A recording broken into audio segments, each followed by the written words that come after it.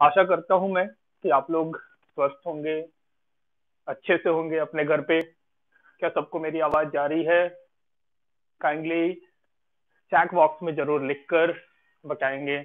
हम कोशिश पूरी कर रहे हैं अपनी तरफ से। ठीक है बेटा। तो अब देखो, कल जो हमने क्लास लिया था उसमें याद है आपको कि मैंने कराया क्या था? मैंने कल यूनिट वेक्टर के बारे में आपको बताया था। यूनिट वेक्टर बेसिकली है क्या, किस काम आता है, ये बड़ा इंपॉर्टेंट है जानना। तो कल मैंने जिस तरीके से डिस्कस किया था आपके साथ कि यूनिट वेक्टर जो है वो सिर्फ डायरेक्शन को करता है, क्योंकि इसकी मैग्नीट्यूड क्या है, 1 के इक्वल है। और 1 से दुनिया के किसी भी नंबर को अगर मल्टीप्लाई कर दी जाए तो उसका जो फाइनल रिजल्ट आता है वो 1 ही आता है। समझ में आ गया? इसका मतलब कि यूनिट वेक्टर से किसी भी अनदर स्केलर क्वांटिटीज को अगर मल्टीप्लाई कर दी जाए तो इसका मतलब उसके मैग्नीट्यूड में कोई फर्क नहीं आएगा, बस इसके पास एक डायरेक्शन अवेलेबल हो जाएगा। तो कल याद है तुम लोगों को मैंने कुछ बताया था इस तरीके से कि अगर मान लो ये एक्स एक्सिस है, ये वाई एक्सिस है, क्लियर। और एक इस तरीके से मैं लाइन दे दूं ए और बी। कल आपसे डिस्कशन भी किया होगा कि एक्स एक्सिस के डायरेक्शन को रिप्रेजेंट करने के लिए हम एक यूनिट वेक्टर आई कैप लेते हैं, वाई डायरेक्शन को रिप्रेजेंट करने के लिए एक यूनिट वेक्टर जे कैप लिया जाता है। समझ में आ गया? अब यहाँ पे बताओ बच्चों कि ए भी मान लो कि एक लाइन है और मैं अगर आपसे बोलूं, याद है तुम लोगों को कि कल यूनिट वेक्टर मैंने डिफाइन किया था ऐसा, vector divided by its magnitude. याद है सब किसी को? मेरे अंदाज से याद होना चाहिए आप लोगों को। और अगर नहीं आ गया तो फिर से देख लो, यूनिट वेक्टर को हम लोग कैसे डिफाइन करते हैं, वेक्टर बाय इट्स मैग्नीट्यूड। मतलब अगर किसी को भी वेक्टर बनाना हो तो देखो इसको यहाँ लाकर मल्टीप्लाई करो, देखो क्या आ जाएगा, एक है, इस तरीके से आ जाएगा। क्या मेरी बात समझ में आ गई है सब किसी को? देखो ध्यान से, क्या इसमें कोई दिक्कत है? जस्ट क्रॉस मल्टीप्लाई ही तो किया है। देखो इसका मतलब कि कोई भी वेक्टर को हम लिख सकते हैं मैग्नीट्यूड मल्टीप्लाइड बाई उसके डायरेक्शन में यूनिट वेक्टर। क्लियर? अब जैसे मान लो कि इसी क्वेश्चन में अगर मैं आपको एक क्वेश्चन दे दूं कि ए और बी, ठीक है, मुझे ए बी वेक्टर चाहिए, ए बी वेक्टर चाहिए। इस ए बी लाइन की लेंथ मान लो कि 2 मीटर गिवन है और मुझे ए बी वेक्टर चाहिए, तो कैसे लिखेंगे? सवाल ये है। अब ए बी लिखने का मतलब क्या है कि एक ऐसा वेक्टर बनाओ जिसका टेल ए पे हो और बी पे इसकी हेड हो, इस तरीके से। समझ में आ गया? तो ए बी वेक्टर कौन सा हो गया, ये। तो हम क्या लिखेंगे को बिल्कुल हूबहू ए की जगह पे मैं ए बी लिख रहा हूँ, is equal to magnitude of A B multiplied by A B के अलोंग यूनिट वेक्टर। ऐसे लिख दिया जाएगा, कोई प्रॉब्लम तो है नहीं बच्चों इसमें। क्लियर है यहाँ पे? अब देखो, अब ये पता है तुम्हें कि इसको लेंथ बोलते हैं, ये मैग्नीट्यूड है, ये लेंथ है। तो लेंथ कैसे देखो कि इसका ए बी का लेंथ कितना है, 2 मीटर। तो हम क्या लिख देंगे, ये 2 मीटर है। अच्छा, एक और इंपॉर्टेंट बात देखो, एबी का ये क्या है, एबी का डायरेक्शन। तो एबी का डायरेक्शन क्या है, वही तो एक्स एक्सिस का डायरेक्शन है। देख रहे हो ना, दोनों पैरेलल है। इसका मतलब इस डायरेक्शन को हम आई कैप लिख सकते हैं। मतलब जो भी वेक्टर एक्स एक्सिस के अलोंग हो पॉजिटिव एक्स डायरेक्शन में, उसको आप आई कैप, उसके अलोंग यूनिट वेक्टर को आप आई कैप ले सकते हैं। क्लियर? तो इसको हम क्या लिख लेंगे, this one is your I cap. Clear हो गया, बन गया वेक्टर हमारे पास। अगर मैं मान लू कि इसको मैं कुछ देर के लिए ढक दूं, ऐसे आपके सामने इसको मैं ऐसे ढक दूं और मैं आपसे पूछूं इसको देख के वेक्टर की क्वालिटीज बताओ, तो क्या बोलोगे कि ए बी एक ऐसा वेक्टर है जिसकी लेंथ कितनी है, 2 मीटर, और जो कि पॉजिटिव एक्स डायरेक्शन की तरफ। क्या मेरी बात समझ में आ गई है? क्लियर? मतलब अगर आपको ऐसा गिवन हो तो आप ऐसे लिख सकते हो, और ये गिवन हो तो आप इसके बारे में बता सकते हो। समझ में आ गया? इसलिए बहुत इंपॉर्टेंट है, बहुत गहराई से समझो इसको और सोचो। क्लियर? तो इसका मतलब क्या है कि ए बी एक ऐसा वेक्टर है जिसका लेंथ 2 मीटर है और जिसका डायरेक्शन पॉजिटिव एक्स डायरेक्शन के पैरेलल है या पॉजिटिव एक्स डायरेक्शन के अलोंग है। क्योंकि कल आपने सीखा था कि वेक्टर को हम पैरेलली एक जगह से दूसरी जगह कहीं भी मूव कर सकते हैं। जैसे मान लो कि ये भी एक वेक्टर है, तो मैं इसको उठाकर यहाँ रख दूं, उसको उठाकर एक्स एक्सिस पर रख दूं, नीचे रख दूं, इसको पीछे कर दूं, कोई फर्क नहीं पड़ता जब तक इसका लेंथ 2 मीटर है और ये एक्स एक्सिस के पॉजिटिव डायरेक्शन के पैरेलल है। तब तक वेक्टर को आप कहीं भी लेके जाओ, कोई फर्क नहीं पड़ता, वो वेक्टर सेम रहेगा। समझ में आ गया? क्लियर है बेटा? अब जैसे मान लो कि अगर कोई बोलता है तुम्हें कि बी ए वैक्टर लिखकर बता बेटा, बी ए वैक्टर, तो बी ए वैक्टर कैसे लिखेंगे? आपको पता है बी ए वैक्टर का मतलब क्या हो गया, बिल्कुल सेम रूल से, बी ए का मैग्नीट्यूड एंड बी ए का डायरेक्शन, ऐसे लिखा जाएगा ना। देखो तो यहाँ पे जरा बी ए कैसा ये रहा, देखो तो बी यहाँ पे ए, तो बी ए का मतलब क्या हो गया कि बी से चल के ए पे खत्म, ऐसा एक वेक्टर। क्लियर। तो ए बी का लेंथ बोलो या बी ए का लेंथ बोलो, क्या दोनों सेम होंगे? अभी भी तो ये 2 मीटर है, ऐसा थोड़ी है कि ए बी और बी ए की लेंथ अलग अलग हो जाएगी, ऐसा तो नहीं है बिल्कुल भी, दोनों का लेंथ सेम है। तो अगेन बी ए का जो ये लेंथ है इसको क्या लिखेंगे, 2 मीटर। बट अब इस केस में ध्यान से समझो, बी ए का जो डायरेक्शन है वो देखो पॉजिटिव एक्स डायरेक्शन इस तरफ है और ये नेगेटिव एक्स डायरेक्शन में। तो अगर पॉजिटिव को आई कैप से रिप्रेजेंट करते हैं तो नेगेटिव एक्स को कैसे रिप्रेजेंट करेंगे, माइनस आई कैप से। तो हम यहाँ पे क्या लिख देंगे, माइनस आई कैप। मतलब अगर ये आपके सामने नहीं गिवन हो और सिर्फ ये आपके सामने गिवन हो तो क्या समझोगे कि बी ए एक ऐसा वेक्टर है जिसकी लेंथ 2 मीटर है और जिसका डायरेक्शन नेगेटिव एक्स के पैरेलल है। क्या मेरी बात समझ में आ रही है? क्लियर है? बिल्कुल मेरे अंदाज से सब कुछ क्लियर है आपको। मतलब ये एक ऐसा वेक्टर है जिसकी लेंथ 2 मीटर और नेगेटिव एक्स डायरेक्शन के पैरेलल है। अब इस वेक्टर को आप यहाँ से उठाकर यहाँ लेकर आओ, इसको पैरेलली ऊपर लेके जाओ, नीचे लेकर जाओ, पीछे लेकर जाओ, कोई फर्क नहीं पड़ता। बस ये जो देखो, जैसे पेन को मैं वेक्टर मानू कि इसको टिप मान लेते हैं, ठीक, एरो है, बस एरो जो है ना नेगेटिव एक्स डायरेक्शन के पैरेलल होना चाहिए, ठीक। और इसकी लेंथ तो हम ऐसे भी चेंज नहीं कर रहे, इसका मतलब तो क्या ये बात सबको समझ में आया है? क्लियर। और अगर आया है तो आप लिख कर बताओ, यहाँ देखो ये सी पॉइंट है, ये डी पॉइंट है, मान लो इसकी लेंथ 3 मीटर है, तो जस्ट सी डी वेक्टर लिखकर बता कैसा होगा, जल्दी क्विक, बस 1 मिनट का टाइम दे रहा हूं आपको।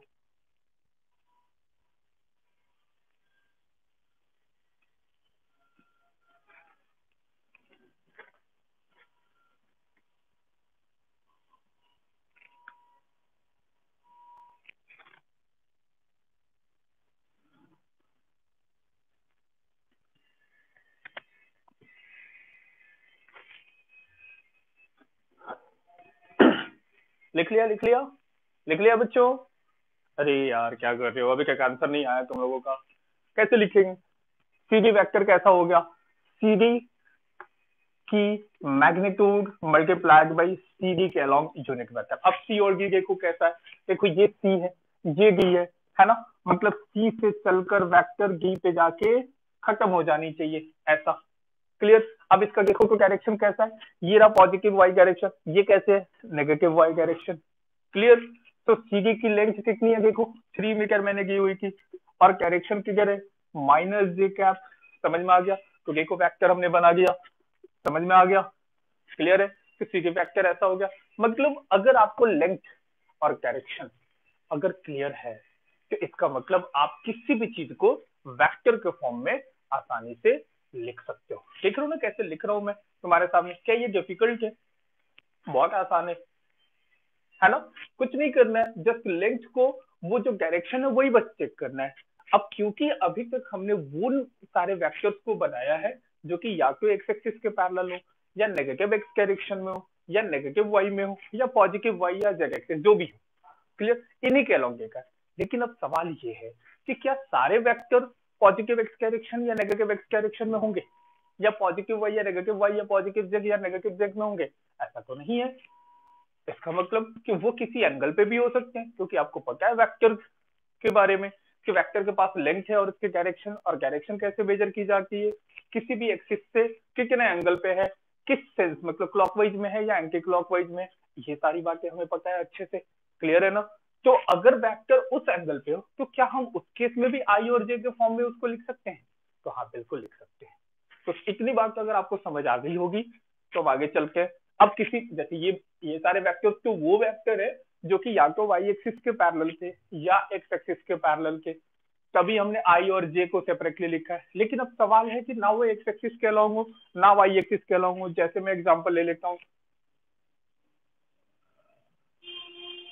यहाँ देखो, अगर मान लो कि वेक्टर इस तरीके से, ये देखो वेक्टर इस तरीके से, और ये अगर एंगल थीटा गिवन है, तो अब हम क्या करेंगे? अब तो भाई ये ना तो एक्स डायरेक्शन में है ना ही वाई डायरेक्शन में, तो इसको कैसे सॉल्व किया जाए?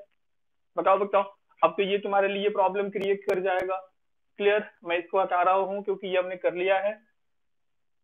बता दो बच्चों, अगर किसी को आंसर पता है तो मैं चेक कर रहा हूँ, बताओ बताओ, किसी का अगर आंसर आया है तो, और नहीं आया तब भी कोई बात नहीं है। मान लो कि ये एक वेक्टर है ए, हमेशा देखना मैं एक तरीका सिखा देता हूँ किसी भी वेक्टर को लिखने का। वेक्टर के बारे में डिटेल जब हमारी क्लासेस स्टार्ट होंगी हम उसमें डिस्कशन करेंगे। अभी तो बस मैं तुम्हें ऐसे ही बता रहा हूँ कि तुम्हें ये फील आ जाए।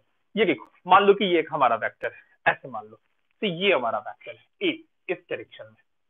अब सवाल है कि अगर ए, इसके दो टुकड़े हो सकते हैं, एक देखो इस डायरेक्शन में, एक इस डायरेक्शन में, हो सकता है ना। इसको रोटेट करके देखो, ये फर्स्ट क्वाड्रेंट में, तो इसका दो रोल होगा।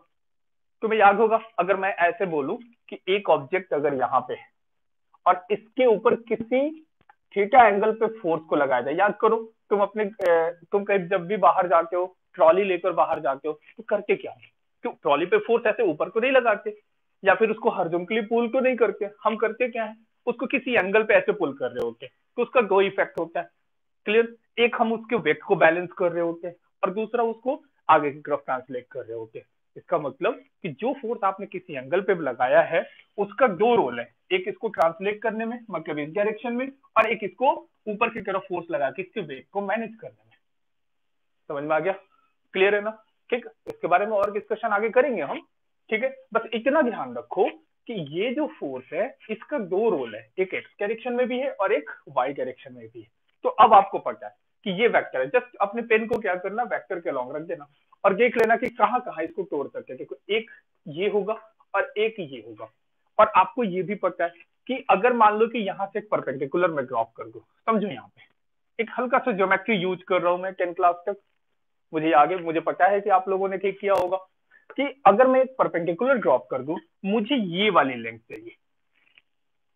क्या कोई निकाल के बता सकता है? देखो ये वेक्टर ए है, तो यहां से यहां तक की लेंथ कितनी है बेटा?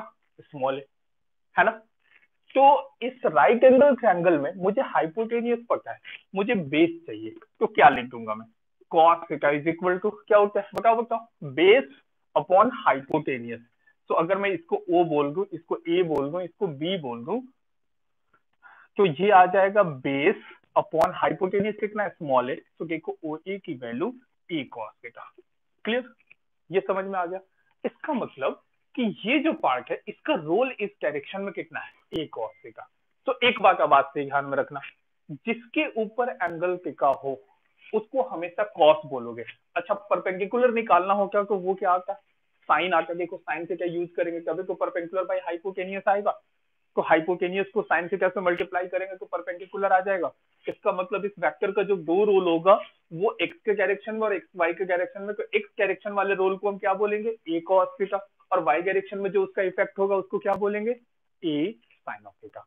तो अब से देखो, अभी मैं जितना भी क्वेश्चन दूंगा ना उसमें सब डायरेक्टली ऐसे ही यूज करना कि जिसके ऊपर एंगल टिका हो, देखो एंगल किसके ऊपर टिका है, ये, तो जहां जहां बेस होगा वो हमेशा कॉस के टर्म में आएगा, और जहां जहां परपेंडिकुलर होगा वो किस टर्म में आएगा, साइन के टर्म में आएगा। क्लियर है? इतनी बात समझ में आ रही है? तो हम क्या लिखेंगे कि जैसे ही, अब ये तो समझ में आ गया तुम लोगों को कि कैसे किया है हमने। ठीक, अब इसी को मैं बिल्कुल आसान तरीके से तुम्हारे सामने ऐसे रखता हूँ, इसको कुछ नहीं किया मैंने, हटा दिया इसको। ठीक, अब देखो, जैसे यहाँ देखो ये वेक्टर ए है, तो ये जो टुकड़ा होगा इसको कॉम्पोनेंट बोलते हैं बेटा। ठीक है ना? मतलब साइंस फिजिक्स की लैंग्वेज में, हिंदी में शुद्ध शुद्ध हिंदी में अगर बोलो तो टुकड़ा, इफेक्ट। क्लियर? लेकिन इसको फिजिक्स की लैंग्वेज बोलते हैं कंपोनेंट। ठीक, तो मैं कंपोनेंट बोलूंगा तो आप उस समझ जाना। तो इसका एक्स डायरेक्शन में कंपोनेंट कितना हो जाएगा, ए कॉस थीटा, अभी आपने सीखा। और इसी का वाई डायरेक्शन में कंपोनेंट कितना हो गया, ये वही बात हो गया परपेंडिकुलर निकालने वाली, तो ये कितना हो जाएगा, ए साइन ऑफ थीटा। अब जिस बच्चे को ये कंपोनेंट्स में ब्रेक करना आता है, समझ लो कि उसको वेक्टर का सब कुछ आता है। अब देखो, जैसे ये वेक्टर का इसका एक्स कंपोनेंट, देखो एक्स डायरेक्शन में, ये किस डायरेक्शन में, देखो पॉजिटिव एक्स डायरेक्शन में, तो कभी भी किसी भी वेक्टर को आप ऐसे लिखना कि एक्स डायरेक्शन में जो वैल्यू है ए कॉस थीटा, और डायरेक्शन देखो को पॉजिटिव एक्स डायरेक्शन है तो आई कैप से मल्टीप्लाई कर लेंगे। क्लियर? प्लस उसके अपोजिट में देखो, देखो ये क्या है, ए साइन ऑफ थीटा, और डायरेक्शन देखो पॉजिटिव वाई, इसको क्या बोलेंगे, जे कैप। हमेशा ऐसे लिखना, मतलब एक्स कंपोनेंट डायरेक्शन से multiply plus Y component direction से मल्टीप्लाई। अगर ये एक प्लेन में होगा तो जेड कोऑर्डिनेट भी आता, लेकिन मैं सिर्फ अभी एक्स और वाई एक्सिस में बात कर रहा हूँ, एक पर्टिकुलर प्लेन में बात कर रहा हूँ, एक्स3 की सरफेस पे बात नहीं कर रहा, 3D प्लेन 3D स्ट्रक्चर में बात नहीं कर रहा। तो कैसे लिखेंगे ये समझ में आ गया। फिर से मैं बता रहा हूँ, किसी भी वेक्टर को अगर लिखना हो तो क्या लिखोगे, एक्स कंपोनेंट मल्टीप्लाइड बाई उसका डायरेक्शन। अब डायरेक्शन अगर वो एक्स एक्सिस के अलोंग है तो आई कैप, और अगर नेगेटिव एक्स के अलोंग है तो माइनस आई कैप। ये पता है। हम क्या करेंगे, लेंथ को डायरेक्शन से मल्टीप्लाई कर लेंगे कि ये एक्स कंपोनेंट आ गया। क्लियर। ए साइन थीटा मतलब ये वाई कंपोनेंट आ गया जे कैप। ठीक, इतनी बात तो आपको समझ में आ गई है। क्लियर। तो अगर इस क्वेश्चन में अगर मैं आपको ये बोलूं कि ये जो वेक्टर फर्स्ट क्वाड्रेंट में मैंने आपके सामने दिया था, ये अब सेकंड क्वाड्रेंट में ये वेक्टर ऐसा है। क्लियर। और मैं बोलूं कि ये वाली एंगल जो है थीटा, तो जो जो मैंने अभी सिखाया है उस चीज को फॉलो करो। मैंने क्या पहला बोला था कि वेक्टर जिस भी एक्सिस के साथ थीटा एंगल बना रहा होगा, उस एक्सिस पे जो कंपोनेंट होगा वो कॉस थीटा वाला होगा, और दूसरे वाला जो परपेंडिकुलर है वो साइन होगा। तो देखो ये वेक्टर टूटता कैसे, इसके दो दो इफेक्ट कौन से हैं, एक इस डायरेक्शन में होता, एक इस डायरेक्शन में होता। तो इस डायरेक्शन देखो ठीक है, इसके ऊपर वाई एक्सिस के ऊपर टिका हुआ है, तो इसको क्या लिखेंगे कि ये कॉस थीटा है, और इसका दूसरा जो पार्ट इस तरफ आएगा वो कितना होगा, ए साइन ऑफ थीटा। क्लियर है बेटा, समझ में आ गया कैसे तोड़ा।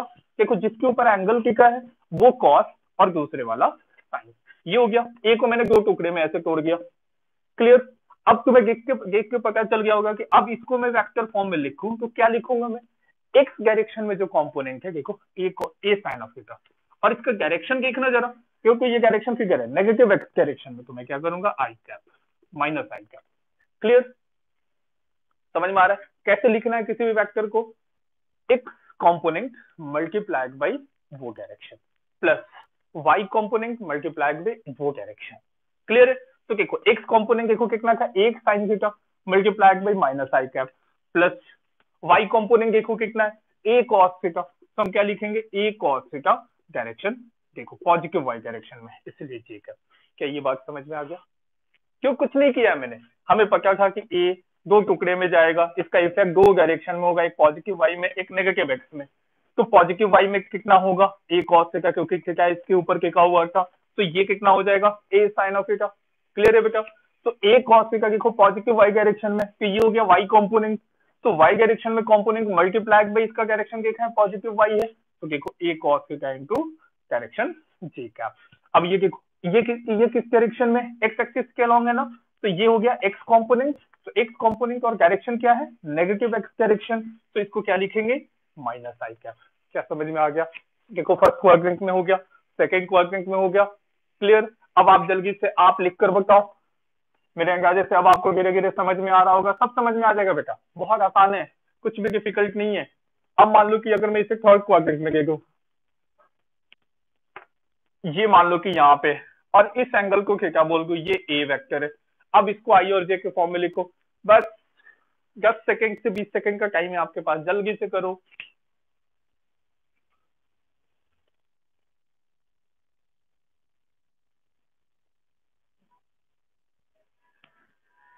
हो गया हो गया हो गया। अरे इतना टाइम नहीं लगेगा बेटा, बहुत टाइम ले रहे हो, जल्दी करो। ये देखो ये ए है, अब इसके दो दो इफेक्ट किधर होंगे, एक इस डायरेक्शन में और एक इस डायरेक्शन में। तो इस डायरेक्शन में कितना होगा अगर मैं आपसे पूछूं, देखो एंगल इसके ऊपर एक्स एक्सिस के ऊपर टिका हुआ है, ये वेक्टर ए है, मतलब ये वाली लेंथ ए हो गई, तो ये कितना हो जाएगा, ए कॉस थीटा, और इस डायरेक्शन में दूसरा effect A sine of theta. और जैसे ही ये लिख गया, अब वेक्टर को हम कैसे लिख सकते हैं, याद करो मैंने क्या बताया, एक्स डायरेक्शन में जो कंपोनेंट है, या x component multiplied by direction, तो देखो तो एक्स कंपोनेंट की वैल्यू कितनी है, ए कॉस थीटा, डायरेक्शन देखो नेगेटिव एक्स डायरेक्शन, इसको क्या लिखेंगे, माइनस आई कैप, प्लस अब वाई डायरेक्शन में चलते हैं, वाई डायरेक्शन में देखो वैल्यू कितनी है, A sine of theta, direction देखो ये नेगेटिव वाई डायरेक्शन है, तो क्या लिखेंगे, माइनस कैप। देखो लिख दिया, कोई तकलीफ नहीं है, बिल्कुल आसान है। क्लियर, समझ में आ गया। अब जल्दी से आप लिख के बता दो, एक बस रह गया लास्ट, फोर्थ क्वाड्रेंट में अगर कोई वेक्टर है, अगर ये ए वेक्टर है, मान लो कि ये एंगल थीटा गिवन है, जल्दी से लिख कर बताओ मुझे, ए को आई और जे के फॉर्म में लिख कर बताओ।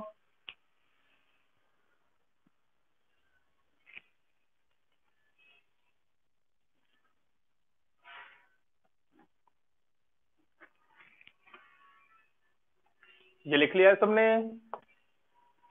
जल्दी से बताओ, लिख लिया? चैट बॉक्स पे मैं चेक कर रहा हूँ, बताओ बताओ जल्दी से आंसर, किसी का नहीं आ रहा। ये रहा फोर क्वाड्रेंट, ये मैंने एंगल थीटा गिवन है। इफेक्ट देखो, इसको मैं बार बार कह रहा हूँ, अपने पेन को वेक्टर्स के हेड की तरफ ऐसे रखो। ये रहा कि इसके दो टुकड़े किधर होंगे, एक इधर और एक इधर। तो ये कंपोनेंट इधर को आ गया और एक कंपोनेंट इस डायरेक्शन में चला गया। अब बताओ, देखो तो एंगल किस पे टिका है, एक्स एक्सिस पे या वाई एक्सिस पे? तो एक्स एक्सिस पे। तो जिस पे एंगल टिका हो उसको क्या लिखेंगे, कॉस थीटा, और ये दूसरे वाला ए साइन ऑफ थीटा। क्लियर? तो अब देखो वेक्टर को मैं कैसे लिख दूंगा, देखो एक्स कंपोनेंट कितना है ना, एक cos थीटा एक्स डायरेक्शन में, एक cos थीटा डायरेक्शन देखो पॉजिटिव एक्स डायरेक्शन, तो पॉजिटिव एक्स डायरेक्शन को आई कैप से रिप्रेजेंट करते हैं, प्लस क्या लिखेंगे, ए साइन ऑफ थीटा। ये देखो डायरेक्शन किधर है, नेगेटिव वाई डायरेक्शन, तो उसको क्या लिख देंगे, माइनस जे कैप। समझ में आ गया?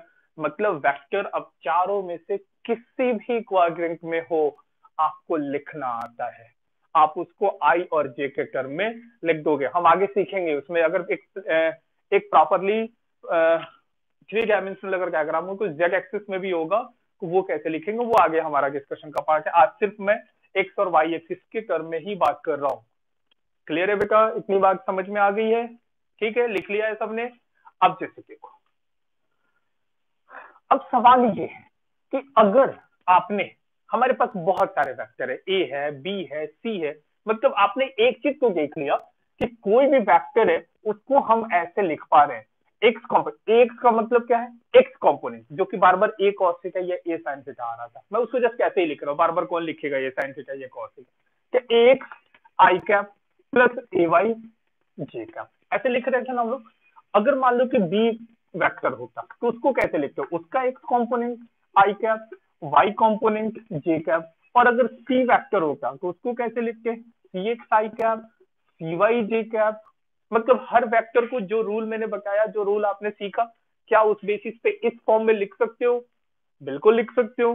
तो अगर ऐसे लिख दिया, तो अब मान लो कि कभी तुमसे पूछे कि ये तीन वेक्टर्स का सम बताओ, ए प्लस बी प्लस सी, तो देखो कितना आसान हो गया।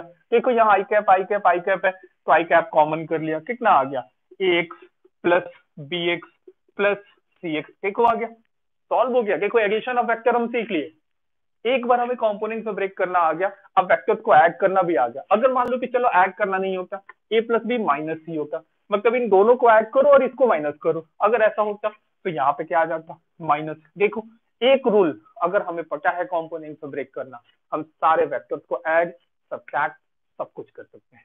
देख रहे हो ना, अगर यहाँ माइनस है तो यहाँ पे क्या लिख देंगे, देखो यहाँ पे जे कैप है सब में कॉमन, देख लो ये कितना आ जाएगा, A Y plus B Y minus C Y, ऐसा हो जाएगा ना। अगर मान लो कि सिर्फ इसको ऐसे बोला गया होता, A plus B plus C बताओ, तो हम क्या लिख लेते, I cap A X plus B X plus C X plus J cap A X plus B Y plus C Y, ऐसे लिख लेते। अगर ऐसा लिखा होता, ए माइनस बी करो लेकिन सी को ऐड करो, तो फिर ये कैसा हो जाता, I A X minus B X plus C X plus J cap, ये कितना आ जाता, ए एक्स, सॉरी यहाँ गलत लिख गया, ये वाई है ना बेटा, ये वाई ए वाई है, तो A Y minus B Y plus C Y. देख रहे हो, अब ऐड करो सब्ट्रैक्ट करो कुछ भी करो, सब आपके पास। तो देखो जो भी ये निकाला है वो एक वेक्टर फॉर्म है, और आपको पता है कि आई के साथ कोई भी टर्म मल्टीप्लाई में हो उसको एक्स कंपोनेंट बोलते हैं, मतलब एक्स डायरेक्शन में उसका इफेक्ट बोलते हैं। जे के साथ जो टर्म मल्टीप्लाई में है उसको क्या बोलते हैं, वाई डायरेक्शन में उसका इफेक्ट क्या है। मतलब देखो इन तीनों को, देखो इन तीनों को ऐड करने के बाद जो भी आएगा, अब जैसे मान लो वेक्टर्स को ऐड करोगे तो वेक्टर्स ही मिलेगा ना। अगर मान लो 2 मैंगो प्लस 3 मैंगो, तो ऐसा थोड़ी है कि 5 एप्पल हो जाएगा, तो गलत है भाई। क्लियर है ना? तो हम ऐसे भी जानते हो, बचपन से आपने पढ़ा है कि हमेशा हम जो ऐड या सब्ट्रैक्ट करते हैं वो दो सेम जातियों को करते हैं। मैंगो को मैंगो के साथ ऐड करो, अगर मैं आपसे पूछूं 2 mango plus 3 Apple how much, तो आप जवाब नहीं दे पाओगे। क्यों? क्योंकि उधर एप्पल है इधर मैंगो, हम उसको ऐड कैसे करें या सब्ट्रैक्ट कैसे करें। तो हमेशा ध्यान रखना, एडिशन या सब्ट्रैक्शन हमेशा सेम जाति का होता है। क्लियर? एक रफ लैंग्वेज में बोल रहा हूँ, जाति। ठीक, मतलब एक प्रजाति बोलो, उसको जाति नहीं बोलो, प्रजाति बोलो, मतलब इंसान को इंसान के साथ, जानवरों को जानवरों के साथ ऐड कर सकते हो, सब्ट्रैक्ट कर सकते हो। ऐसा थोड़ी बोलेंगे कि एक घर में 5 लोग रहते, 2 और 2 गाय रहती है, तो बताओ कितने लोग रहते, तो आप 7 बोल दोगे, गलत, गलत हो जाएगा ये, ठीक है ना, समझ में आ रहा है बात।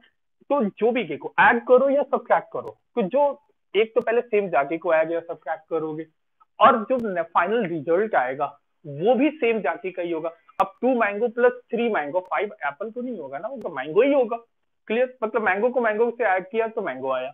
अब 5 मैंगो माइनस 3 मैंगो तो 2 मैंगो, तो देखो फाइनली एडिशन या सब्ट्रैक्शन जो है ना उसी जाति का है। मतलब देख रहे हो ना, चाहे हम जो भी कर रहे हो, 2 को ऐड करके 1 को सब्ट्रैक्ट किया, तीनों को ऐड किया, यहाँ इन दोनों को सब्ट्रैक्ट किया, पहले ऐड सी को ऐड किया, पर चाहे जो भी आएगा एक नया वेक्टर ही तो आएगा। अब वो जो नया वेक्टर है उसकी वैल्यू ये होगी सॉल्व होके, मान लो कि इसी के लिए बात करूं मैं, तो ये तीनों को, इन दोनों को ऐड करके इसे सब्ट्रैक्ट करने के बाद एक जो नया वेक्टर आएगा उसका देखो आई के साथ जो कर मल्टीप्लाई में क्या बोलोगे कि ये उसका एक्स कंपोनेंट होगा, और ये क्या होगा उसका वाई कंपोनेंट होगा। समझ में आ गया? देखो बेसिक है बिल्कुल बेटा। देख रहे हो ना यहाँ पे क्या लिखा है, एक को मैंने क्या लिखा, एक्स के along effect I cap, Y के अलोंग जे कैप। मतलब अगर ये वेक्टर ये है तो इसका मतलब क्या है कि ये एक्स के अलोंग इफेक्ट है, ये वाई के अलोंग इफेक्ट है। अगर इन तीनों को जोड़ने के बाद मान लो कि नया वेक्टर कुछ डी मान लेता हूँ, चलो ये डी वेक्टर है, तो ये जो डी है उसका एक्स कॉम्पोनेंट ये है और वाई कॉम्पोनेंट ये है। समझ में आ गया? क्लियर है ना? तो बहुत मुश्किल नहीं है। अब जैसे देखो लिख लिया होगा मेरे अंदाजे से आप लोगों ने इसको। अब जैसे मान लो, अब देखो इसको फिजिक्स में कितना बढ़िया यूज किया जाता है, और स्पेशली इसको यूज किया जाता है फोर्सेज के टर्म में। जैसे मान लो कि एक ऑब्जेक्ट है, इसके ऊपर देखो एक फोर्स इधर को लगा 20 न्यूटन, एक फोर्स इधर को लगा अगेन 20 न्यूटन, और एक फोर्स डाउनवर्ड डायरेक्शन में लगा 20 न्यूटन। क्लियर? अब ये वाली एंगल में दे देता हूं, ये 30 डिग्री का एंगल है, ये 30 डिग्री का एंगल है। अब आपसे पूछा गया कि देखो 3 फोर्सेज लगे, तो तीनों फोर्सेज का नेट इफेक्ट क्या है, मतलब टोटल। अब ऐसा थोड़ी बोलोगे कि 20 प्लस 20 प्लस 20 60 न्यूटन का फोर्स लगा है, गलत है, क्योंकि ये स्केलर नहीं है बेटा, force is a vector quantity. Clear? और वो डायरेक्शन डिपेंडेंट होता है। हम इसको 60 कब बोलते हैं, जब तीनों सेम डायरेक्शन में होते हैं। क्लियर? समझ में आ गया? अब क्योंकि इसमें पंगा है कि सेम डायरेक्शन तो है ही नहीं और ना ही अपोजिट डायरेक्शन है। अगर सेम होता तो हम सिंपली ऐड कर देते, अपोजिट होता तो उसे क्या करके सब्ट्रैक्ट कर लेते, लेकिन ऐसा कुछ भी नहीं है। तो ऐसे केस के लिए मैंने आपको बताया कंपोनेंट्स में ब्रेक करना। क्लियर? तो क्या हम इसको हम एक्स और वाई कंपोनेंट में हर एक, देखो ये भी वेक्टर है, इसको मैं F1 बोल देता हूँ, ये कौन सा है F2, ये कौन सा है F3। क्या सबको आप वेक्टर फॉर्म में लिख सकते हैं, जैसे अभी लिखा था ए वेक्टर को ए कॉस थीटा प्लस ए कॉस थीटा आई कैप प्लस ए साइन थीटा जे कैप, ऐसे टर्म में जो लिखा था हमने, क्या वैसे लिख सकते हो आप? बिल्कुल लिख सकते हो। देखो यहाँ पे अगर मैं बोलूं कि F1 वेक्टर को लिख कर बताओ, तो F1 देखो तो वैल्यू कितनी है उसकी 20 न्यूटन, ये उसकी मैग्नीट्यूड हो गई। तो मैग्नीट्यूड इनटू डायरेक्शन, डायरेक्शन देखो नेगेटिव वाई डायरेक्शन में, तो मैं सिर्फ इसको माइनस जे कैप लिख दूंगा, क्योंकि इसको एक्स और वाई में तोड़ने की जरूरत नहीं है। एक्स और वाई में तोड़ते किसको है, जो ना तो एक्स डायरेक्शन में हो ना ही वाई डायरेक्शन में हो। समझ में आ गया? ये तो पहले यूनिट वेक्टर में जो मैंने बताया था उसी का कॉन्सेप्ट है कि अगर नेगेटिव वाई डायरेक्शन में है तो आप क्या लिखोगे 20 माइनस जे कैप। समझ में आ गया? क्यों? क्योंकि डायरेक्शन नेगेटिव है। तो ये देखो F1 लिख दिया मैंने, F2 कितना होगा बता दो जल्दी से। F2 देखो ये है, लेकिन ये देखो ना तो ये एक्स एक्सिस के अलॉन्ग है और ना ही ये वाई एक्सिस के अलॉन्ग है, तो इसका मतलब इसको ब्रेक करना पड़ेगा अपन को। तो देखो ये एंगल 30 है, तो देखो ये 20 है, तो ये कितना आ जाएगा 20 cos 30 इस डायरेक्शन में, 20 cos 30। क्लियर? और इस डायरेक्शन में 20 sin 30। ये तो आपको आता है, समझ में आ गया? क्लियर? तो हम क्या लिख देंगे इसको कि ये है 20 cos 30, डायरेक्शन देखो पॉजिटिव एक्स डायरेक्शन है ना, ये पॉजिटिव एक्स डायरेक्शन, तो आई क्या इसको क्या लिखेंगे 20 sin 30, डायरेक्शन देखो पॉजिटिव वाई डायरेक्शन जे का, ये लिख दिया मैंने। अब तो हो गया, हमारा काम हो गया। ठीक है, जिस बच्चे को ये लिखना आ गया समझ लो कि वो वेक्टर एडिशन सब्ट्रैक्शन सब कर सकता है बहुत आसानी से। F3 देखो, F3 को अब आप लोग बोलो जल्दी से क्या लिखूं मैं। देखो तो ये देखो ये फर्स्ट क्वाड्रेंट में था, ये सेकंड वर्ड, तो देखो एंगल ये थीटा है, तो देखो ये टुकड़ा इधर होगा और एक इधर होगा, इस डायरेक्शन में वो टुकड़ा कितना हो जाएगा 20 cos 30 और ऊपर की तरफ 20 साइन 30, थोड़ा नीचे करके लिख रहा हूँ क्योंकि इसका मैंने ऑलरेडी लिखा हुआ है यहाँ पे। तो अब इसको आई और जे के फॉर्म में लिखो। देखो 20 cos 30 और देखो डायरेक्शन किधर है, ये देखो नेगेटिव एक्स डायरेक्शन, तो माइनस आई कैप। यहाँ क्या लिखेंगे 20 sin 30, डायरेक्शन देखो, देखो कि डायरेक्शन किधर है, पॉजिटिव वाई डायरेक्शन, तो जे कैप। ये तीनों लिख दिया और हमें निकालना क्या था, नेट, मतलब तीनों का वेक्टोरियल सम। क्लियर। तो हमें निकालना है F1 plus F2 plus F3, ये हमें फाइंड करना है। जब भी नेट बोला जाए ना, मतलब तीनों का एडिशन आपसे पूछ रहा है, तो हमेशा याद रखना बेटा, इनको कभी भी स्केलर टर्म में यूज नहीं करके। क्यों? क्योंकि ये वेक्टर्स है, डायरेक्शन भी है, तो आपको मैग्नीट्यूड के साथ साथ डायरेक्शन भी कंसीडर करके ऐड करना है। समझ आ रहा है? इसीलिए हमने ये किया है। अब देखो इनको ऐड करो, सारे आई वाले, देखो आई वाले यहाँ पे, आई वाले यहाँ पे, तो आई, तो ये कितना आ गया 20 cos 30, देखो, और यहाँ देखो यहाँ माइनस है ना, तो ये कितना आ जाएगा -20 cos 30, ये तो गायब हो गया, ये तो कैंसिल हो गया। क्लियर। प्लस जे कैप, जे कैप कितना हो जाएगा, देखो ध्यान से देखो, ये देखो 20 sin 30, 20 sin 30 प्लस यहाँ पे देखो 20 sin 30, अच्छा यहाँ भी है, यहाँ माइनस है, तो ये कितना आ जाएगा -20। क्या सबको समझ में आ गया? देखो कुछ भी नहीं है, देख रहे हो, एक बार बस आई और जे के फॉर्म में लिखा, सारी कहानी हमारे यहाँ आसान हो। देखो ये 0 आ गया, तो ये कितना हो गया 0 आई कैप प्लस, अच्छा इसको देखो sin 30 कितना हो गया बेटा 1/2, तो देखो 1/2 लिखोगे कि ये 10 आ जाएगा, ये भी 10 आ जाएगा, तो 10 प्लस 10 20, और 20 उधर माइनस में है तो वो भी गायब हो गया, प्लस 0 जे कैप।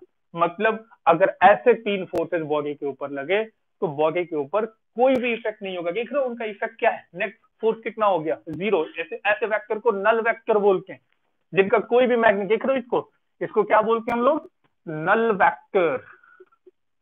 समझ में आ रहा है कि ये नल वेक्टर है, इसका मतलब इन तीन फोर्सेस का जो सम है वो फाइनली क्या है 0। मतलब जहां बॉडी थी, अगर ऐसे तीन फोर्सेस उस पर लग रहे होंगे तो वो बॉडी वहीं की वहीं रहेगी, कहीं नहीं जाएगी। क्यों? क्योंकि उनका वेक्टोरियल सम 0 है। समझ में आ रहा है? क्लियर है? जल्दी से नोट करो, बहुत बढ़िया सा क्वेश्चन, बहुत सुंदर क्वेश्चन आपके सामने मैंने लिखा था।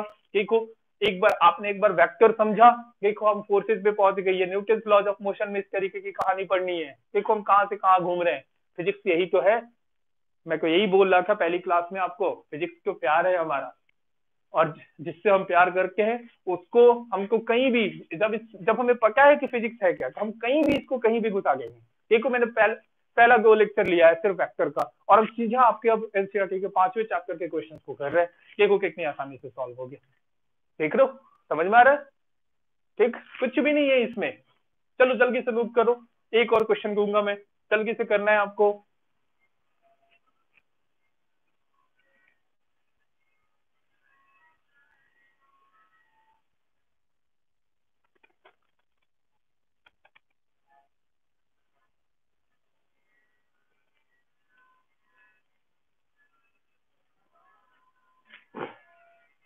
लिख लिया सबने? मेरे ख्याल से लिख लिया होगा, मैं हटा रहा हूं। अब देखो, अब तुम्हारे सामने मैं क्वेश्चन दे रहा हूं, अब उस क्वेश्चन को सॉल्व करो। मान लो कि एक ऑब्जेक्ट हमारे पास है, उसके ऊपर दो फोर्सेज ऐसे लगे, एक 20 न्यूटन का 30 डिग्री के एंगल पे, और एक क्वेश्चन ऐसे पूछ दिया जाएगा कि यहां भी 20 न्यूटन का लगा 30 डिग्री के एंगल पे, बताओ कितना एक्स्ट्रा फोर्स हम लगाएं ताकि ये ऑब्जेक्ट वहीं का वहीं रहे। क्वेश्चन समझ में आया? Find the external force. External का मतलब क्या होता है, जो बाहर से लगाई जा रही है, जो हम लगा रहे हैं। External force required to keep body at rest. अब सवाल ये है कि ये बात समझना जरूरी है कि बॉडी रेस्ट पे कैसे होता है। जैसे मान लो कि ये एक बॉडी है, इसको मैं जितने फोर्स से इधर खींचू, उतने से इधर खींचू कि ये बॉडी वही रह जाएगी। अगर मैंने ये फोर्स बढ़ाई तो ये इधर चला जाएगा, ये फोर्स बढ़ाई तो इधर चला जाएगा। मतलब कि कोई भी बॉडी रेस्ट पे तभी हो सकती है जब उसके ऊपर नेट फोर्स 0 हो जाए। क्यों? क्योंकि मान लो कि इस पे 20 न्यूटन मैंने नेगेटिव एक्स डायरेक्शन में लगाया, 20 न्यूटन पॉजिटिव एक्स डायरेक्शन में लगाया, तो देखो दोनों फोर्सेस कैंसिल आउट हो गए। देखो 20 इधर लगाया, 20 इधर लगाया, तो दोनों फोर्सेस ने एक दूसरे को कैंसिल कर दिया, बॉडी वहीं पे है। इसका मतलब कि अगर बॉडी के ऊपर नेट फोर्स 0 हो जाए तो बॉडी अपने इक्विलिब्रियम में रहता है, that is called the law of equilibrium, जो कि न्यूटन का फर्स्ट लॉ है, इसको हम आगे भी डिस्कस करेंगे।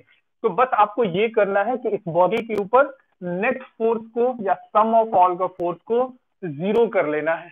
ठीक, अब इसको 0 करने के लिए कितने एक्सटर्नल फोर्स की रिक्वायरमेंट है, तो आपसे क्या पूछी गई है बेटा, फोर्स। और फोर्स आपको पता है एक वेक्टर है, और वेक्टर को अगर आपको लिखना है तो उसका डायरेक्शन और मैग्नीट्यूड दोनों ही बताना पड़ेगा। सो आपको ये बात तो क्लियर हो गया।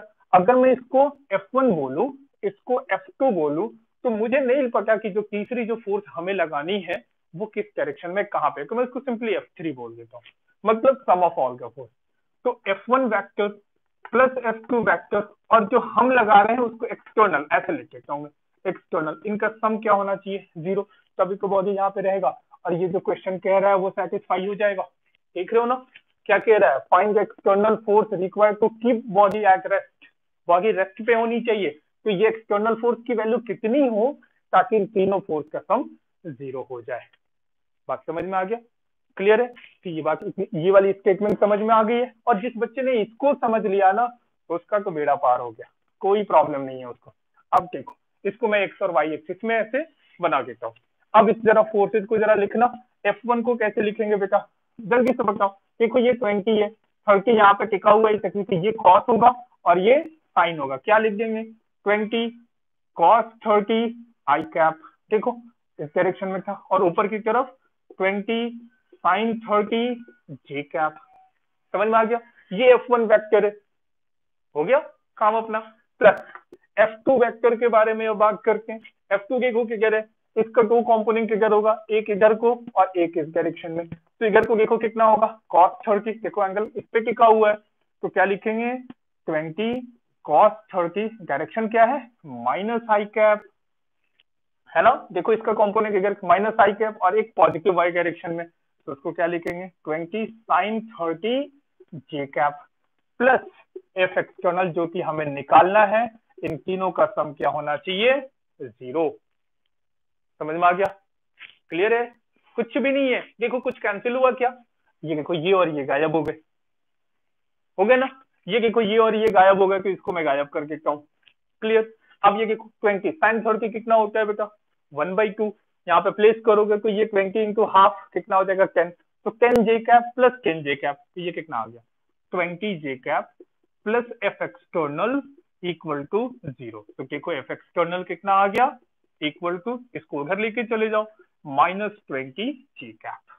तो देखो पिछला क्वेश्चन था, जो पिछला क्वेश्चन हमने किया था ना वही क्वेश्चन था ये, बस इसको मैंने नए लैंग्वेज में चेंज, उसमें पहले से ये गिवन था, तो तीनों को देखो जोड़ने के बाद हमने क्या आंसर निकाला था 0। मतलब ये हमें समझ जाना चाहिए, अगर पिछला क्वेश्चन याद होता ना तो आप तुरंत बोल गए थे कि भाई 20 न्यूटन डाउनवर्ड डायरेक्शन में लगाना पड़ेगा अपन को।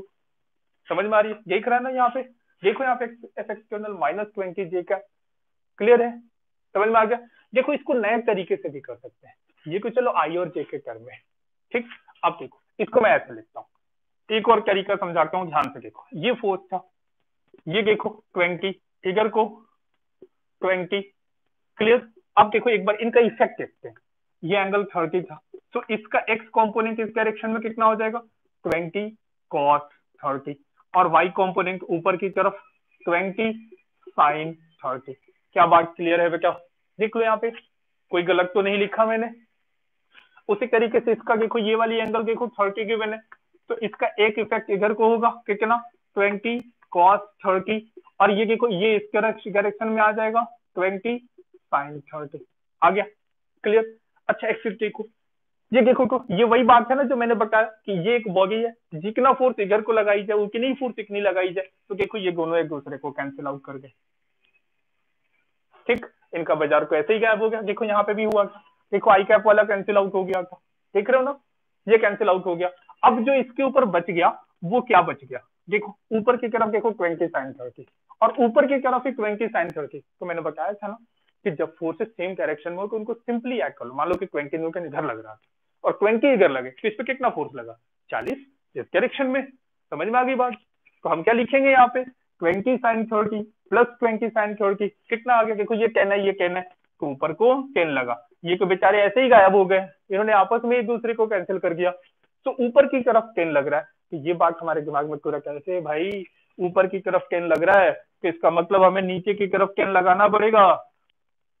समझ में आ गई बात, देख रहे हो ना, ऊपर की तरफ 10 लगा तो हमें नीचे की तरफ लगाना होगा। देखो आंसर वही आया था ना, बिना लिखे आपने ये सब कुछ करने की जरूरत नहीं थी, यहाँ पे सॉल्व कर दिया जस्ट कंपोनेंट्स में ब्रेक करके। समझ में आ गया, क्लियर है ना बेटा। यहाँ पे क्यों ऐसा हुआ, क्योंकि देखो positive x direction negative x direction वाले कंपोनेंट्स आपस में कैंसिल हो गए हैं, तो जितना ऊपर की तरफ फोर्स लग रहा है अगर उतना ही नीचे लग जाए तो बॉडी वहीं की वहीं रह जाएगी, क्योंकि इन्होंने तो आपस में एडजस्ट कर लिया। अब इसको एडजस्ट कौन करे, तो वो हमें फोर्स अप्लाई करना पड़ेगा, तो जितना ऊपर उतना ही नीचे, तो 10 न्यूटन फोर्स डाउनवर्ड डायरेक्शन में अप्लाई करना पड़ेगा। ठीक रो, दोनों तरीके से हमने सॉल्व करके, जिसको आई और जे भी लिखना आता है वो भी कर सकता है, जिसको ये आता है वो ऐसे भी कर सकता है, कोई प्रॉब्लम नहीं है। समझ में आ रहा है, बस बेसिक क्लियर होना चाहिए।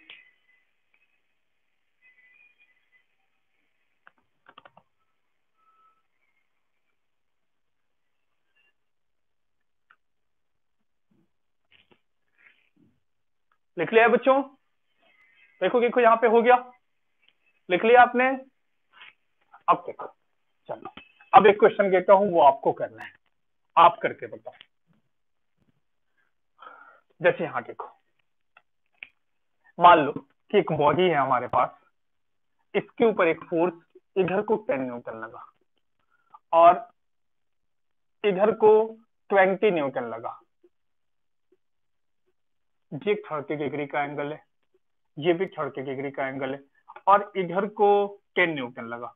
आपसे पूछा गया है कि फिर से वही question, same question, find external force to keep the body at rest. फिर सेम क्वेश्चन है, फाइंड एफ एक्सटर्नल, लेकिन याद रखना वेक्टर फॉर्म में बताना है आपको, F external to keep body at rest. Body को रेस्ट पे रखना है तो कितने एक्सटर्नल फोर्स की रिक्वायरमेंट होगी। समझ में आ गई बात, जल्दी से करो, 1 मिनट का टाइम दे रहा हूं मैं आपको, कोशिश करो इसको।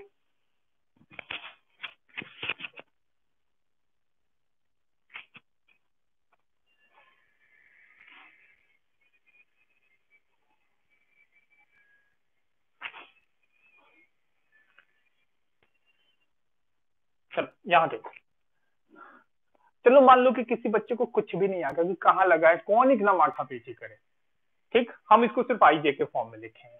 चलो सबको ब्रेक करो, तो हमें क्या लिखना है, एफ एक्सटर्नल, मतलब यहाँ पे अगर मैं इन तीनों को, इसको F1 मान लू, इसको F2 मान ली जाए, इसको F3 मान ली जाए, तो हम क्या लिखेंगे, F1 का F1 F2 F3, एंड जो एक्सटर्नल हमने लगाया है वो कौन सा है, एक्सटर्नल, इनका सम क्या होना चाहिए, 0 हो जाना चाहिए।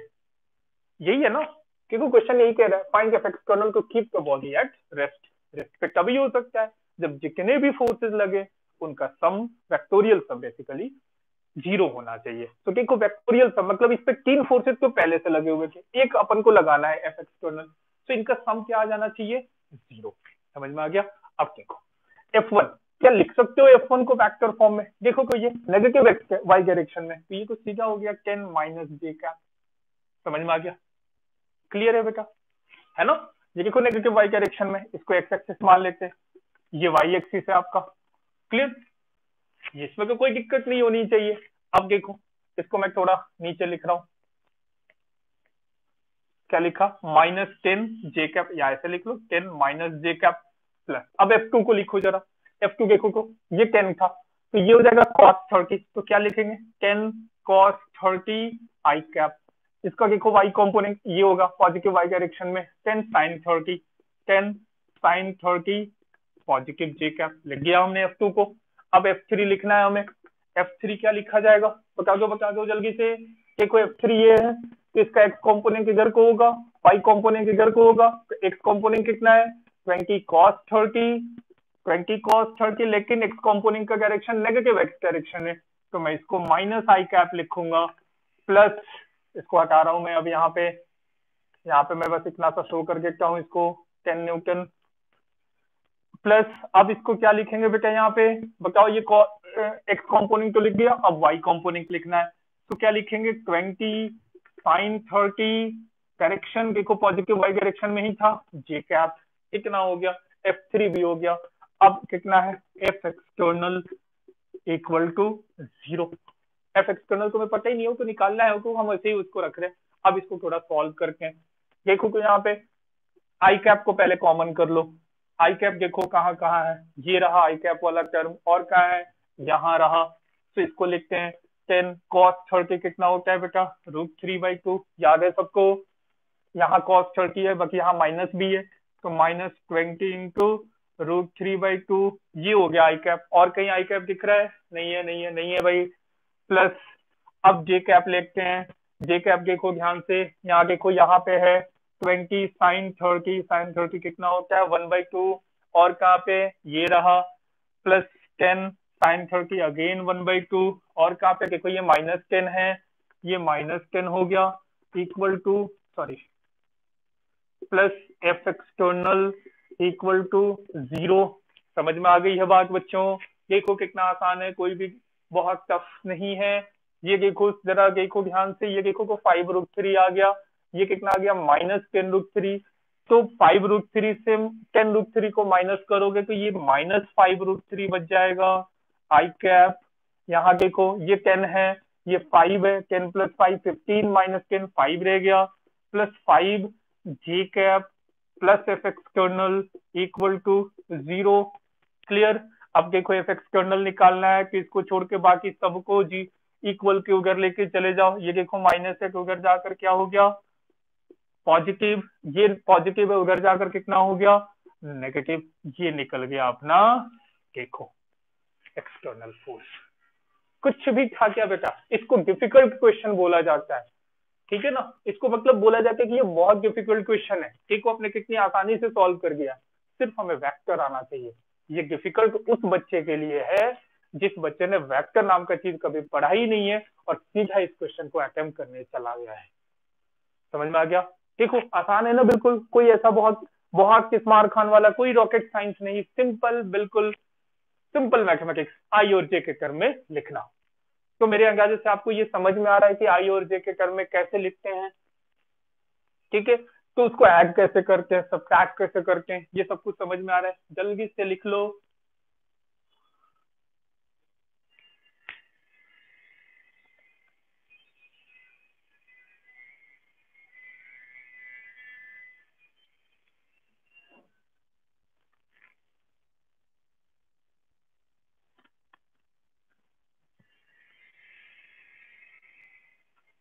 हो गया है? लिख लिया है बच्चों? सबने लिख लिया है? देखो कितना मजा आ रहा है, बहुत मजा आ रहा है, मजा आएगा ही। फिजिक्स है ही मजे वाली चीज। जिस बच्चे ने फिजिक्स को अच्छे से पढ़ लिया उससे बढ़िया सब्जेक्ट को इस दुनिया में नहीं है। अब क्या बोलूं मैं फिजिक्स का टीचर हूँ तो मैं तो बोलूंगा ही भाई, ठीक। केमिस्ट्री वाले, मैथ वाले और बायो वाले लोग मेरे से नाराज ना हो प्लीज, क्योंकि मैं फिजिक्स का टीचर हूँ तो मैं फिजिक्स को ही बेस्ट बोलूंगा, जाहिर सी बात है, सेल्फिश तो होता ही है टीचर।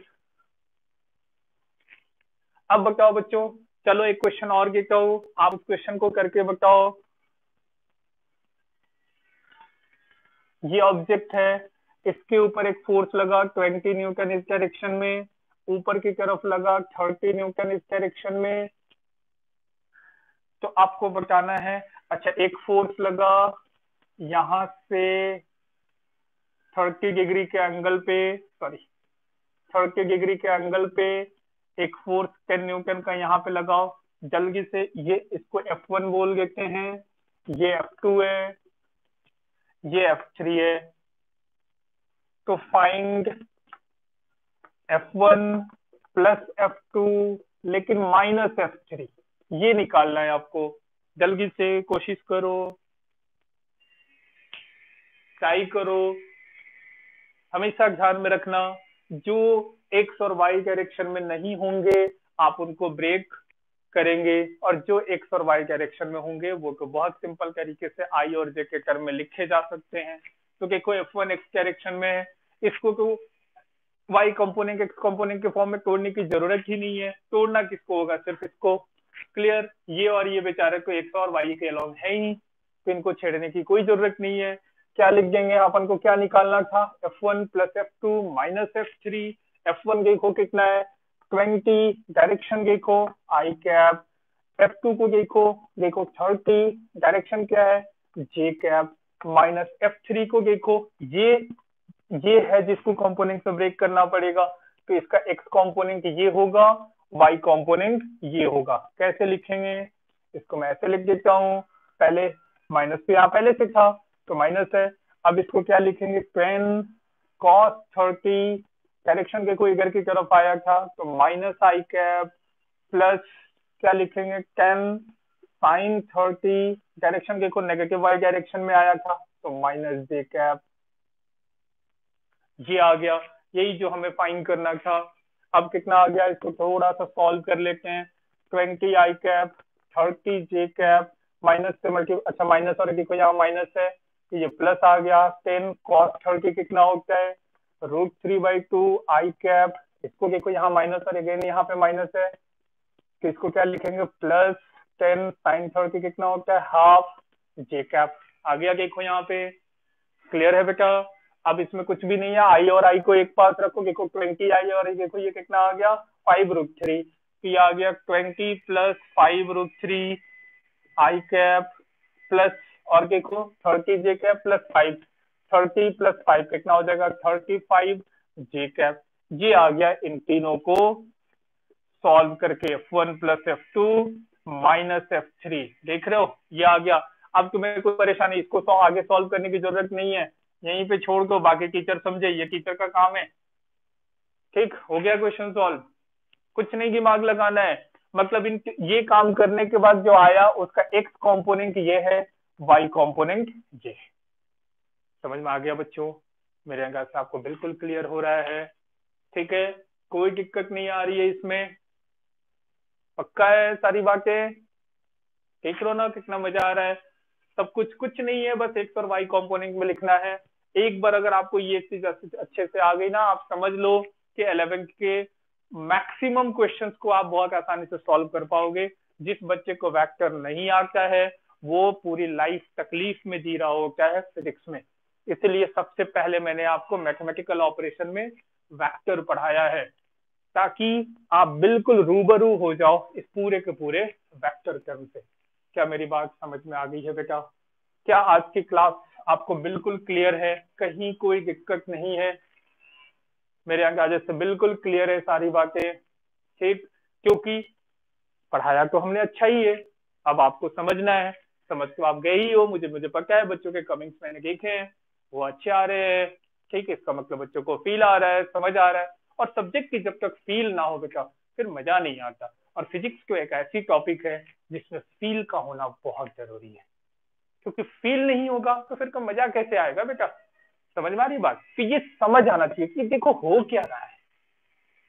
ठीक है, फोर्सेज हैं अलग अलग डायरेक्शन में, तुमने देखा होगा कि अलग अलग डायरेक्शन में फोर्सेज लगाओगे तो कभी बॉडी रोटेट कर जाती है, कभी बॉडी ट्रांसलेट कर जाती है। तो रोटेट क्यों करती है, ट्रांसलेट क्यों करती है, ये सब हमें समझना पड़ेगा, क्योंकि ये जनरल लाइफ में यूज होने वाली चीजें हैं। तो क्यों होता है, उस कभी कभी उस फोर्स का इफेक्ट रोटेशन करने में चला जाता है, और कभी कभी वो फोर्स जो है ना ट्रांसलेट करके, जैसे मान लो कि इसको मैं यहाँ से पकड़ दूं और फोर्स यहाँ से लगा दूं, तो ये क्या होगा, ये इस तरीके से घूम कर चला जाएगा। और अगर वही मैं फोर्स यहाँ से लगा दूं, मान लो कि सिर्फ ये वाली पॉइंट में पकड़ लेता हूँ, यहाँ से लगा, देखो ये रोटेट हो गया। देखो सेम फोर्स सिर्फ डायरेक्शन देखो इधर को तरफ लगाया तो रोटेट नहीं हुआ, ट्रांसलेट हुआ, लेकिन वही इधर को लगाया, देखो ये रोटेट हो गया, सेम अमाउंट का फोर्स। तो आखिर फोर्स का वो इफेक्ट जो है, जो सिर्फ ट्रांसलेट करने में आता है, कभी कभी वो रोटेट करने में चला जाता है, तो आखिर ऐसा क्यों होता है? समझ में आ गया? तभी तो हम उसको यूज करके आज जितने भी व्हीकल्स, मोटर कार वगैरह जो भी बनाते हो, याद है उसमें टॉर्क नाम का एक टर्म आता है, टॉर्क आपने सुना होगा, सुना है ना? तो टॉर्क उसमें हर, बहुत सारे बच्चे गाड़ियों का बहुत शौकीन होते हैं, उसके स्पेसिफिकेशन के बारे में बड़े अच्छे से जान के, मुझे को समझ नहीं आता, ठीक, लेकिन बच्चे को बहुत अच्छे से समझ में आता है। तो उसमें टॉर्क नाम का चीज लिखा होता है। तो इस फोर्स के उस रोटेशनल इफेक्ट को ही टॉर्क बोलते हैं बेटा। और जब तक हमें ये बात समझ नहीं आती, हम आखिर उसको डिजाइन कैसे करते? समझ में आ गया? क्योंकि जितना ज्यादा टॉर्क होगा उतना ही तेज वो पहिया रोटेट कर रहा होगा, व्हील रोटेट कर रहा होगा। समझ में आ गई बात? तो इन सब का ये जो सारे इफेक्ट जो हम फिजिक्स में कंसिडर कर रहे हैं, क्लियर, यही तो हमारे जनरल लाइफ में यूज हो रहे हैं। That is the law of nature. इसी को समझ के हम अपने लाइफ में यूज कर रहे हैं और टेक्नोलॉजी को यूज करके उस चीज को रियलिटी में सामने ला रहे हैं और सोसाइटी का हम काम आसान कर रहे हैं। That is the beauty of physics. समझ में आ गई बात? क्लियर? हम इसी चीज को सीख रहे हैं। तो 6 महीने बाद आप बोलोगे कि फिजिक्स छोड़ के मुझे कुछ और पसंद ही नहीं आता। ठीक, मैं ऐसा नहीं कहता कि पसंद नहीं करो, बिल्कुल करो, ठीक, लेकिन फिजिक्स में बहुत मजा आएगा तुम्हें। मैं तुम्हें फील करा दूंगा कि फिजिक्स हो क्या रहा है, दुनिया में चल क्या रहा है, और चल भी रहा है तो कैसे चल रहा है, क्यों चल रहा है, ये सब कुछ मैं करा दूंगा। तो आज की क्लास में खत्म करता हूँ यहाँ पे। होप आप सबको अच्छा लगा होगा, आपने बहुत कुछ आज सीखा होगा। घर पे जरूर इन सारी चीजों को प्रैक्टिस करना, वीडियोस को फिर से दोबारा देखना, पॉज करके जहां जहां क्वेश्चन जो मैंने बताया है सारे वीडियोस को वहां पे पॉज करना, पहले क्वेश्चन को खुद से शॉर्ट आउट करना, ठीक, फिर उसके बाद आंसर मैच करना, और अगर नहीं समझ आ रहा तो वीडियो को फिर देखना। क्लियर? और अगर फिर भी नहीं समझ आ रहा तो मेरे से बात कर लेना। ठीक, समझ में आ गया बच्चों? चलो अपना ध्यान रखो, घर में ही रहो, सुरक्षित रहो और सेफ रहो, हमेशा स्वस्थ रहो, खुद की और फैमिली की देखभाल करो और बस पढ़ाई पे ध्यान दो। हम लोग आपके साथ हैं। चलो टेक केयर, बाय बाय।